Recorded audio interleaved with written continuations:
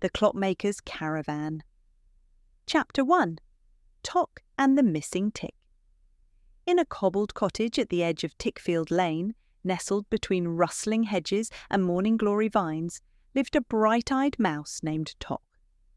Tock wasn't just any mouse.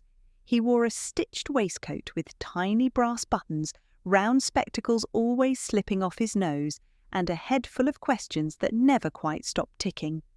Tock loved clocks, big clocks with booming bells, tiny clocks that whispered the hour like a secret, cuckoo clocks with birds that popped out in surprise.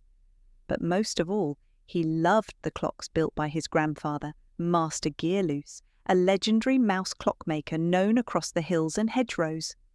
Tock had grown up in his grandfather's workshop, surrounded by timepieces of every shape and sound. The walls buzzed and chimed in cosy harmony, like a chorus of old friends keeping track of dreams. Gearloose always said, "Time isn't just to keep us moving, Tock. It's to remind us when to slow down."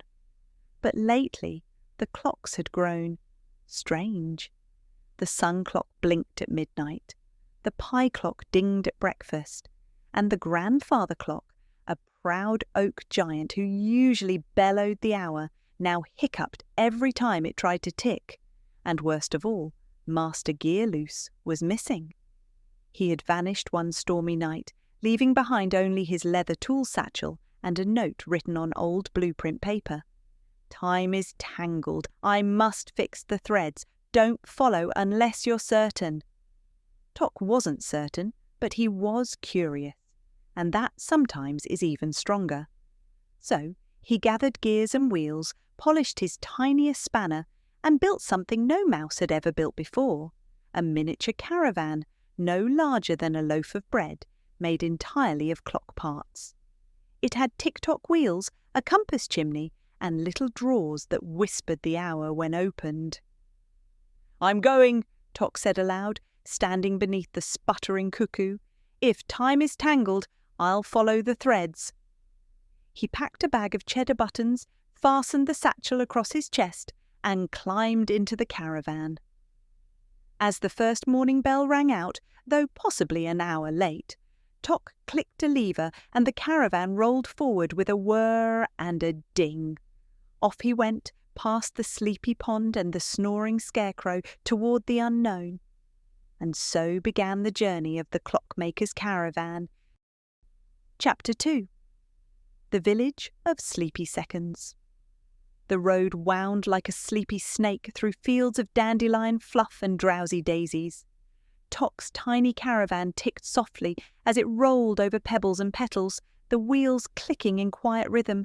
Tick, tick, tock, tick. By the time the second sunbeam found his tail, Tock reached a village wrapped in mist. A wooden sign leaned crookedly by the path, painted in faded letters. "Welcome to Snoosby. Please yawn quietly." Everything was slow. A mole sat slumped in a rocking chair, swaying so gently you couldn't tell if he was moving or if the breeze was politely nudging him. A squirrel lay sprawled on a tree branch, snoring with her tail wrapped like a blanket. The clouds barely bothered to drift. Tock blinked. "Is it morning, evening, mid-lunch?" He wandered through the foggy square where a large copper gong stood in the centre, green with age and surrounded by snoozing pigeons. A small plaque below read, "The Great Snooze Gong. Rings the start of every day." But the mallet hung limp. The gong was silent. That's when a voice yawned behind him. "Nothing works anymore. Time barely moves." Zzz. A mole in a wool hat blinked up at Tock. "Been like this since the gong stopped. No one wakes up right. Crops wilt, pies burn. Worst of all, I missed second breakfast." Tock's whiskers twitched. He examined the gong's inner panel, where rows of gears sat like lazy dancers refusing to twirl. One gear was upside down, another was missing entirely. He pulled a small wrench from his satchel. "I think I can fix it," he whispered. He adjusted the gears carefully, red to blue, small to large, clockwise to counterclockwise.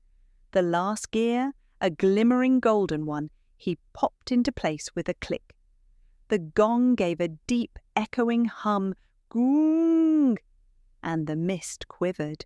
Birds fluttered awake, curtains opened. Somewhere, a pie was pulled from the oven just in time. The mole stood straighter. "I haven't blinked that fast in months."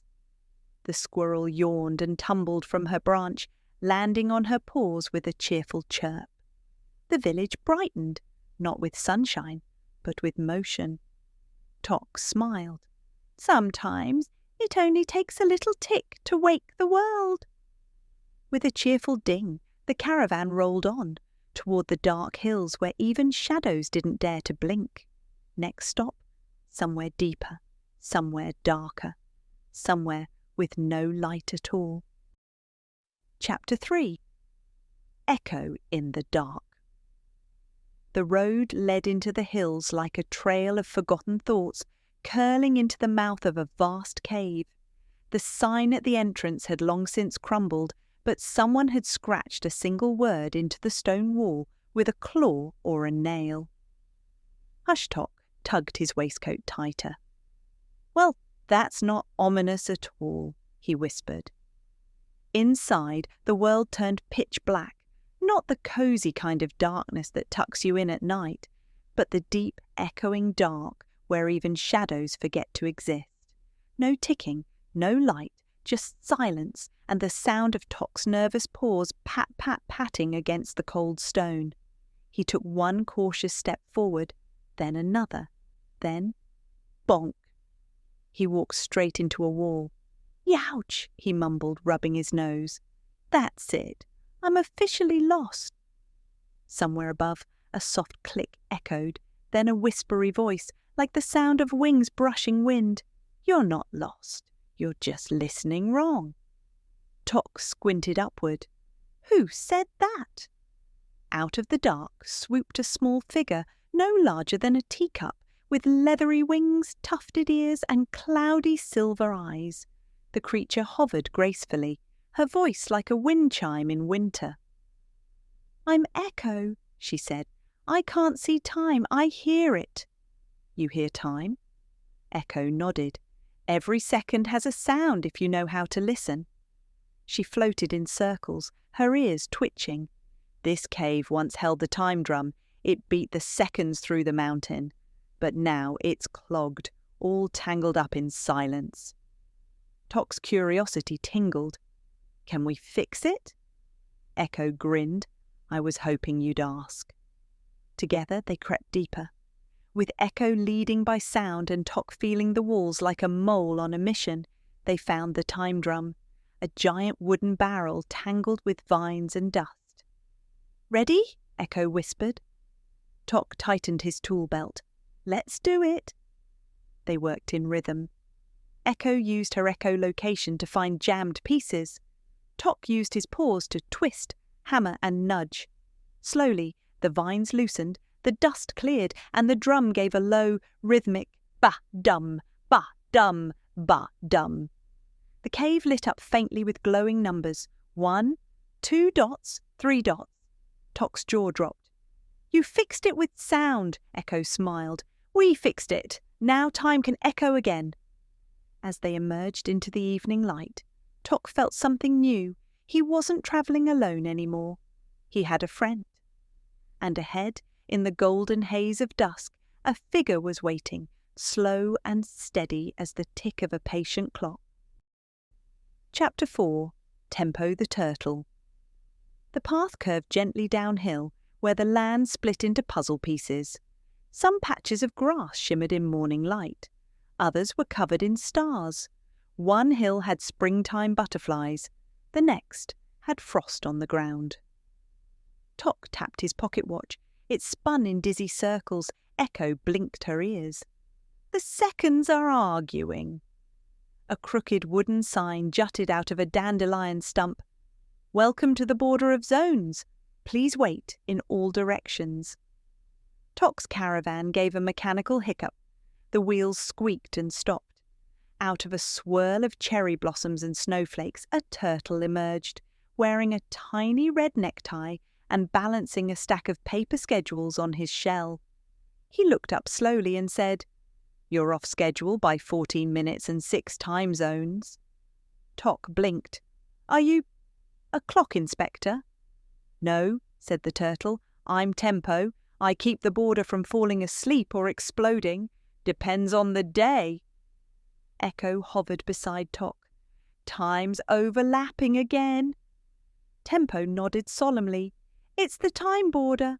When it's broken, everything happens too fast, too slow, or all at once. The last mouse who rushed through accidentally celebrated his birthday 17 times before lunch." Tock scratched his head. "How do we get across?" Tempo opened a scroll from his shell and pointed to a chart shaped like a pretzel. "You must match the rhythm of the land. Time won't let you pass unless you travel at the correct pace." "I'm not great at slowing down," Tock admitted. Tempo looked at him kindly. "Then it's time to learn." And so they practiced. They listened to the wind rustle the morning leaves. They marched with the shadows of clouds. They paused every few steps, letting Echo guide the tempo with her ears. Tock learned to feel time, not rush it. He learned that waiting could be part of the journey. When they reached the final hill, the zones aligned like puzzle pieces sliding into place. A rainbow-coloured arch opened before them, ticking gently like a heartbeat. "You've synced," Tempo said, smiling. "Well done," Echo twirled mid-air. "So what now?" Tempo adjusted his necktie. "Now, I come with you. Time's not fixed yet." Tock beamed. "Welcome aboard." And so, with the caravan slightly fuller and the world slightly steadier, the trio rolled on, toward a place where minutes were missing and every vendor shouted the wrong time. Chapter 5. The Market of Mixed-Up Minutes. The road led to a rickety archway where a bell dangled sideways and a goat in a polka-dot apron was sweeping spilled popcorn off a sundial. A crooked sign read, "Muddlewick Market. We're always open." Probably. Tock, Echo and Tempo entered a maze of mismatched booths. The scents of cinnamon, seaweed and mysterious pickles danced in the air. Banners flapped from every stall, each declaring a different hour. 1/2 pancakes. 1/4 to cabbage. Buy 2 eggs before 3 1/4. A fox with 7 watches was juggling mangoes and shouting, "Sale ends in -5 minutes." Echo covered her ears. "This place is a headache with legs." Tempo examined a nearby clock tower. Its hands were whirling like dragonflies on espresso. "Ah, the central schedule's broken." Tock peered inside the clock tower. It wasn't just broken, it was empty. Only a chalkboard remained, with a note that read, "All minutes out for sorting. Be back sometime." Scattered across the market were strange coins shaped like slices of a pie. 1/8, 1/4, 1/2, 3/5, even a suspicious 7/9. "Wait," said Tock. "These aren't coins, they're minutes." Echo perked up. "They must be parts of the schedule." Tempo nodded. "We'll need to collect the right fractions to make an hour. Only then will the market tick properly." And so they searched. Tock bartered 3 buttons and a cheese cube for a 1/2 minute at a pie stall. Echo found a 1/4 minute tangled in a wind chime. Tempo politely asked a goose with spectacles for a 1/8 minute, which she had been using as a coaster. Back at the tower, they laid out their pieces, 1/2 plus 1/4 plus 1/8 plus 1/8 equals 1 full minute. Then 10 of those made 10 minutes. Then 60 made an hour. Piece by piece, they rebuilt the clockwork schedule with a satisfying snap. The clock tower rang out, "Ding, ding, ding." Suddenly, the market shifted into harmony. Vendors called the correct hours. The juggling fox sighed in relief. "Finally, I can nap at the right time." The goat in the apron offered them a slice of perfectly timed pie. a flavour that somehow tasted like childhood naps and fresh beginnings. Tock smiled as the caravan rolled forward. Time really is like pie, best when shared in slices. With hearts lighter and the sky gently dimming, they journeyed toward a station where no train had moved in years. End of Part 1.